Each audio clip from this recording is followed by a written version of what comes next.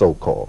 If you want to grow it separately, hybrid style, you can, but that's not the natural watermelon. The natural watermelon is what the creator creates. Well, I think many people don't, you know, the way large agribusiness and other food producers deal with the production of it, those things are not even relevant. Absolutely. Let me point out to our audience also that we're going to be doing this program in 2 segments. So you will see the first part that we will basically going through summarizing much of what we've discussed and an intro into part 4. But in the second half of the program, we'll really get into looking at the spiritual development and really lay that out so that there's some, you know, there's a greater understanding of that particular aspect of it. So again, I just wanted to make the audience aware of that, as you were saying. And I appreciate that ability because, you know, when I break this up and the more I learn about melanin, the more I know that there are steps in developing and understanding for our community and for ourselves. And the final piece that we're going to deal with is so very important. It is good to be able to give this back up now and then to go right deep into it so that we can have a better understanding of it, because it just can't be discussed openly. It has to be given its groundwork, its understanding. You have to understand the brain and a few other things that we'll talk about today. When you understand this, it becomes very natural and very clear. In fact, many folk who would be watching this program and gaining this information, they themselves, as they're going through it, they'll see that in their own lives that they have seen things happen that have brought this to be, and that melanin is there, but we have just never been taught it. It's like being taught how to make a car but never told what will make it run. That is what we have dealt with in our community and in our educational system, because they understand what they would have to say in an educational setting in order to understand, and it would negate everything that they have said about people of color. It would negate everything that they have said about people who have produced things. And it wouldn't so much make them look bad, only that they have made us look bad. See, if they had not said so many things that we had not done, it would not have been that important to understand what we have done. And this is why we always have to preface what we say with, you know, I'm not talking superiority or inferiority, but melanin is a key component in the makeup of organic life. Now, when we came out of the last discussion, we had made some commentary with respect to Dr. Richard King's book. Yes. And you introduced, we talked about certain concepts, the Ureus, Okay. that relationship to symbolism. Yes. We talked about, if I remember correctly, the locus cerealis. Yes. And again, that principle and how it manifests within us and within, again, making a relationship to Kemetic culture. Absolutely. Spiritual, and I think we also touched a little bit on the cosmology, how it was played out and introduced in there. For the last part, which is what we're dealing with right now, talk a little bit about the spiritual aspect of that, as an intro to the piece. Absolutely. Going from the third piece, what we did is that we looked at the brain. We looked at the head itself, but we never went inside per se. We spoke about the potential of it.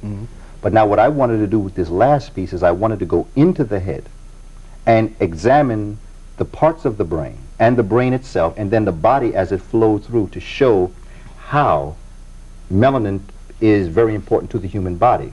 The final piece I wanted to do was I wanted to be able to show you a pictorial. This pictorial was taken from the second shrine. King Tut was buried. As we know, 1921, Howard Carter and so-called Lord Carnarvon went in and found King Tut's tomb, undisturbed. When they began to take it apart, when they got to where the pharaoh was buried, they came upon a sarcophagus, quartzite sarcophagus. Quartzite is what it was made from. Within this sarcophagus, they found three what they would call shrines. They were also sarcophagus, but they were coffins buried in coffins. So when we see all of these coffins and coffins, and you keep, that comes from the Kemetic concept, that as you go deeper and deeper, you then hit the heart of what's most important. They went through 3 shrines, or altogether there were 4 boxes that King Tut was buried in.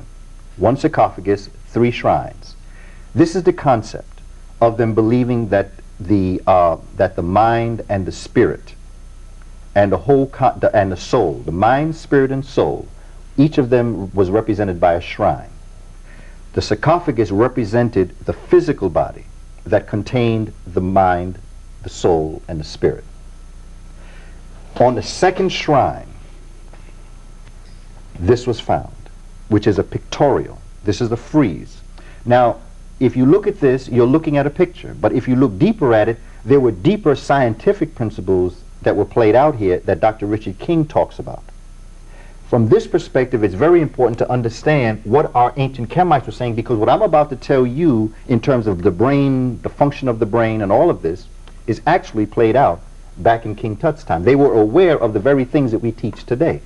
However, the way in which they presented it was such a deeper perspective, because they just didn't teach the brain from a physical perspective. They taught it from an unfolding from the inside out.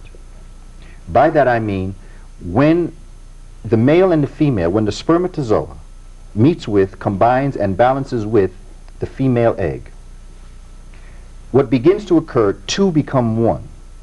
The spermatozoa and this egg become one, and this becomes, as it begins to multiply in its cells, it then creates what is known as a blastula.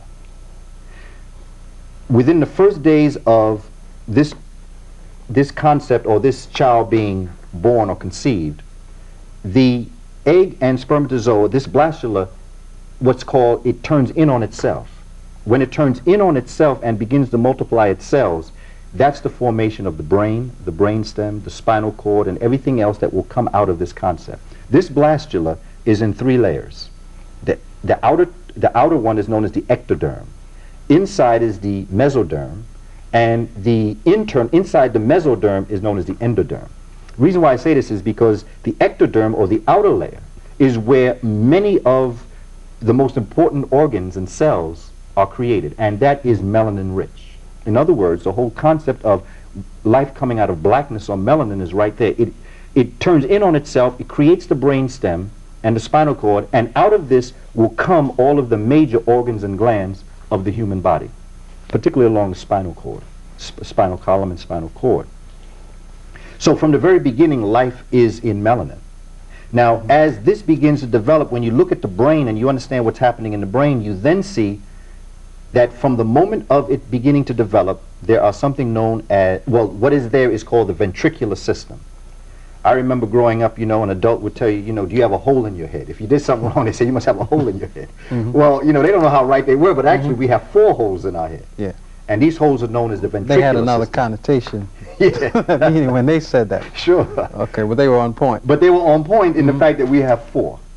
And these 4 holes are known as the ventricular system. And if I can just show you what the ventricular system looks like. This is how it looks. This is the whole brain, and this is the ventricular system taken out of the brain right here. And there are 4 different ventricles.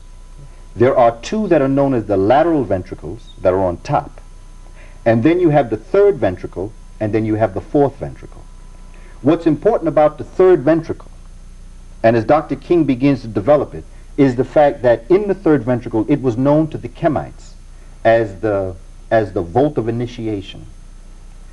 It is in the ventricular system that cerebrospinal fluid is developed. Cerebrospinal fluid, actually in the brain, it bathes the brain.